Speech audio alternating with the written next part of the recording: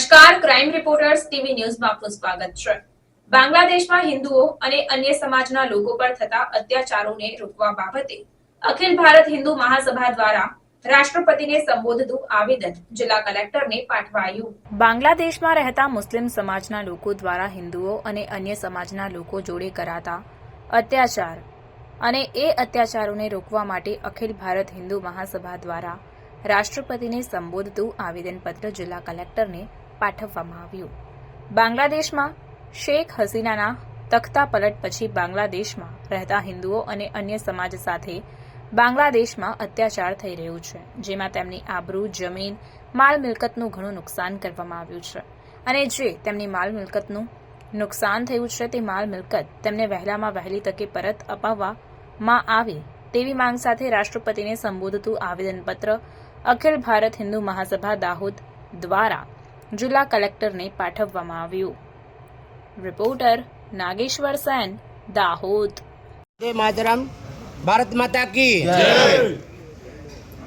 अभी फिलहाल जो बांग्लादेश में लघुमती कौम यानी हिंदुओं भाइयों बहनों पर जो अत्याचार हो रहा है, उस संदर्भ में हमारे दाहोद के विशिष्ट नागरिक संत मंडल समुदाय उसके साथ में हम कलेक्टर श्री को आवेदन देने आए हैं। उस आवेदन का माध्यम ये है कि जो अत्याचार जालमान का जो नुकसान हो रहा है, जो छोटी छोटी बेटियां उनके ऊपर अत्याचार हो रहा है, वो बांग्लादेश में ना आए और ना होवे पुनः। और केंद्र सरकार से गुजारिश है कि सीधा एक मक्कम बन करके हमारे मोदी जी उसके ऊपर एक्शन लें, ताकि हमारे हिंदू समुदाय के लोग जो हैं एक तरह का बिल्कुल चिंतित है और इतना अव्यस हो चुके हैं, तो उनको शांति प्रदान पुनः मिले। जय श्री राम, वंदे मातरम। बोलो भारत माता की जय।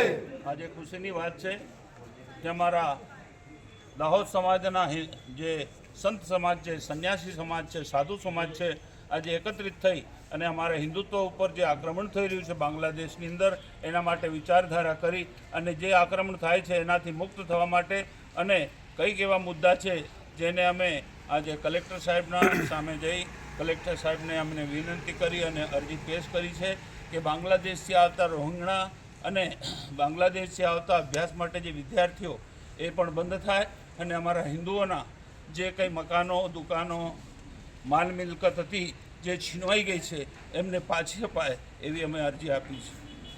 ખૂબ ખૂબ ધન્યવાદ।